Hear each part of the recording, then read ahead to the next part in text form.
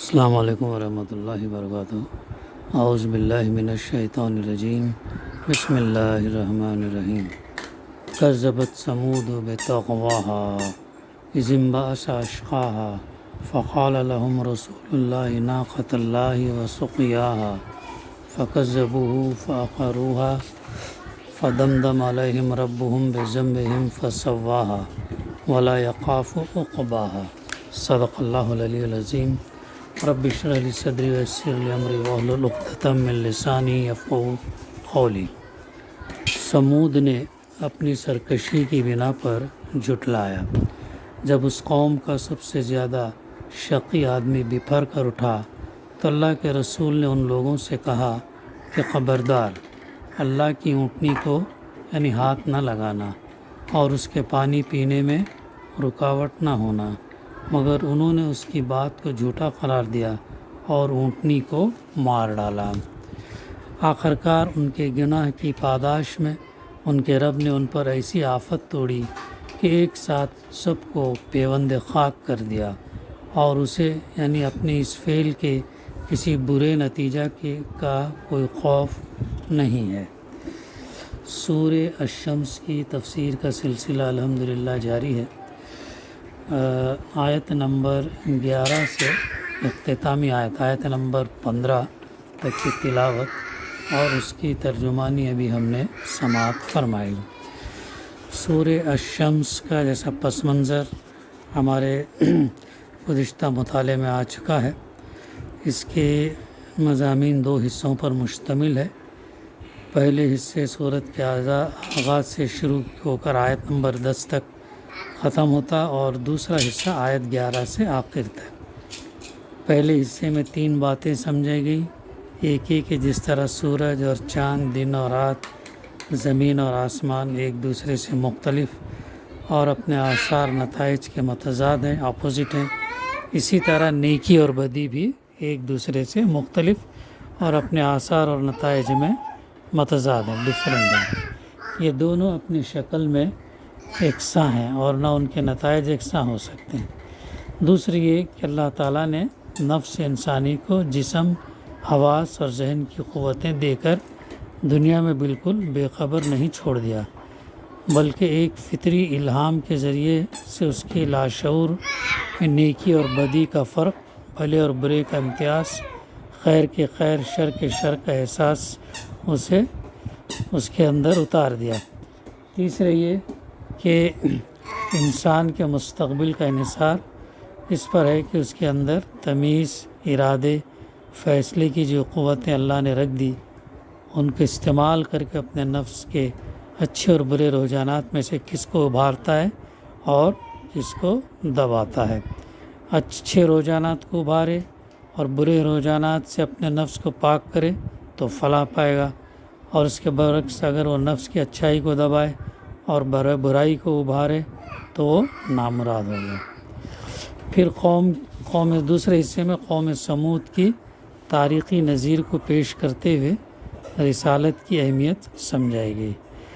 رسول دنیا میں اس لیے بھیجا جاتا ہے کہ بھلائی اور برائی کا جو الہامی علم اللہ نے انسان کی فطرت میں رکھ دیا، وہ بجائے خود انسان کی ہدایت کے لیے کافی نہیں ہے، بلکہ اس کو پوری طرح نہ سمجھنے کی وجہ سے انسان خیر اور شر کے غلط فلسفے اور معیار تجویز کر کے گمراہ ہوتا۔ تو اللہ تعالیٰ نے رسول بھیج کر نمونہ جو ہے ان کے سامنے بتایا کہ کس طریقے سے جو ہے وہ راہ راست پر آئیں اور کفر، سرکشی، بغاوت جو ہے چھوڑ دیں۔ تو کذبت ثمود بطغواہا، ثمود نے، اور یہاں سے جو ہے اصولاً اللہ تعالیٰ نے اس واقعے کا ایک تاریخی مثال سے اللہ تعالیٰ یہاں پر سمجھا رہا ہے۔ قوم ثمود کا تذکرہ ہے جس میں صالح علیہ السلام آئے تھے۔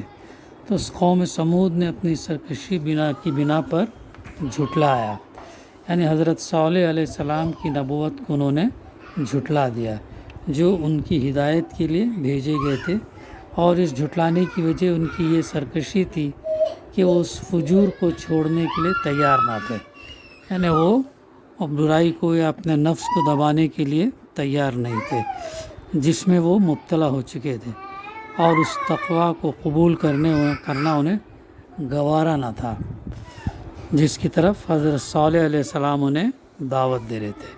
تو اس کی تفصیلات اور بھی متعدد صورتوں میں ہمیں ملتی ہے، سورہ اعراف کے اندر، سورہ ہود کے اندر، سورہ شعراء کے اندر، سورہ نمل کے اندر اور سورہ قمر کے اندر ملتی ہے۔ تو یہ سمود کی مثال اللہ تعالیٰ یہاں پر بیان فرما رہا ہے، اس واقعے کا مختصر سے تذکرہ کیا گیا ہے، حالانکہ دوسرے مقامات پر اللہ تعالیٰ نے اسے تفصیل سے بتایا۔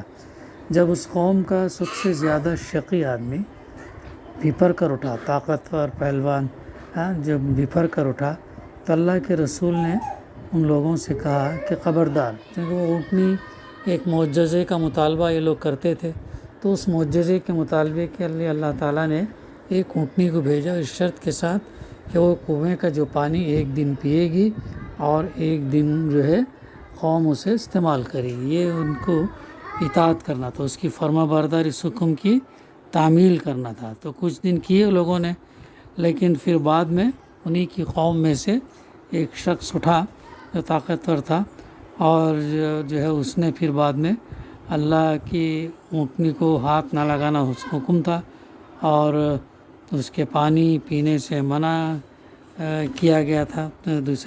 تو قرآن مجید میں جیسے بات آئی کہ اس کی اور بھی تذکرے ہمیں ملتے ہیں۔ تو لوگوں نے حضرت صالح علیہ السلام کو چیلنج دیا کہ اگر تم سچے ہو تو کوئی نشانی پیش کرو۔ اس پر ایک اونٹنی کو معجزے کے طور پر ان کے سامنے حاضر کر دیا اور ان سے کہا کہ یہ اللہ کی اونٹنی ہے، یہ زمین میں جہاں چاہے گی چرتی پھرے گی، ایک دن سارا پانی اس کے لیے مخصوص ہوگا اور دوسرا دن تم سب کے لیے، تمہارے جانوروں کے لیے رہے گا۔ اگر تم نے اس کو ہاتھ لگایا تو یاد رکھو کہ تم پر سخت عذاب نازل ہو جائے گا۔ اس پر وہ کچھ مدت تک جو ہے ڈرتے رہے اور اللہ اس کے رسول کے حکم کی تعمیل کرتے رہے۔ پھر انہوں نے اپنے اس سب سے زیادہ شریر اور سرکش سردار کو پکارا کہ اس اونٹنی کا قصہ تمام کر دے، اور وہ اس کام کا ذمہ لے کر اٹھ کھڑا ہوا۔ تو اس کے بعد جو ہے پھر اس نے کیا کیا، اور اس پینے منع تو مگر انہوں نے اس کی بات کو، یعنی اللہ کے رسول صلی اللہ علیہ وسلم کی، سمود علیہ السلام کی بات کو جھوٹا قرار دیا اور اونٹنی کو انہوں نے مار ڈالا۔ سورہ اعراف میں ہے کہ اونٹنی کو مارنے کے بعد سمود کے لوگوں نے حضرت صالح سے کہا اب لے آؤ وہ عذاب جس سے تم ہمیں ڈراتے تھے۔ یعنی یہ ان کی ہٹ دھرمی تھی، یعنی یہ ان کی کبر تھی، گھمنڈ تھا، یہ مذاق سمجھ رہے تھے، معمولی چیز سمجھ رہے تھے۔ تو جب مطالبہ کرے کہ اب لے آؤ تمہارا عذاب دیکھیں کہ کیسا ہوتا۔ اور سورہ ہود میں ہے کہ حضرت صالح علیہ السلام نے ان سے کہا 3 دن اپنے گھروں میں اور مزے کر لو، اس کے بعد عذاب آ جائے گا، اور یہ ایسی تنبیہ ہے جو جھوٹی ثابت نہ ہوگی۔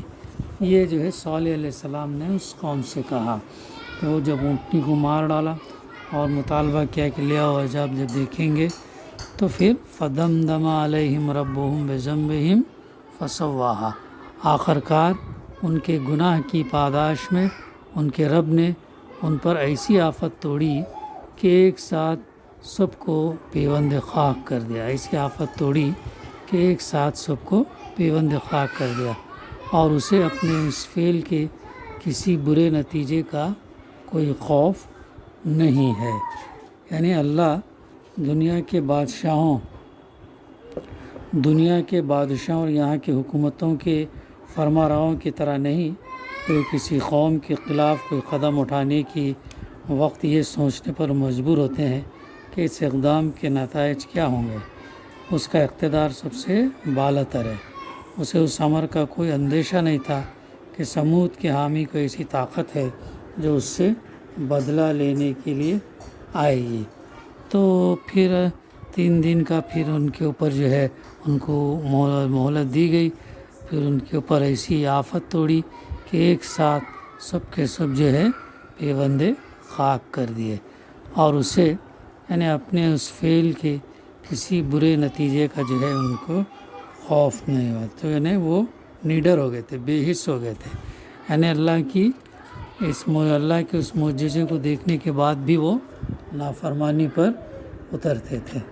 تو یہ ہے اللہ تعالیٰ نے یہ مثال دیا کہ فجور جو اپنے نفس کو نہیں دبائے بلکہ اپنے نفس کے مطابق چلے، اور اللہ اس کے رسول کی جو ہے سرکشی اور بغاوت کی جھٹلایا، انکار کیا، تو موقع دینے کے بعد، آزمائش میں ڈالنے کے بعد اللہ تعالیٰ نے پھر جو ہے ان کو عذاب میں مبتلا کیا، اور ایسا عذاب ہوا کہ وہ تمام ہلاک ہو گئے۔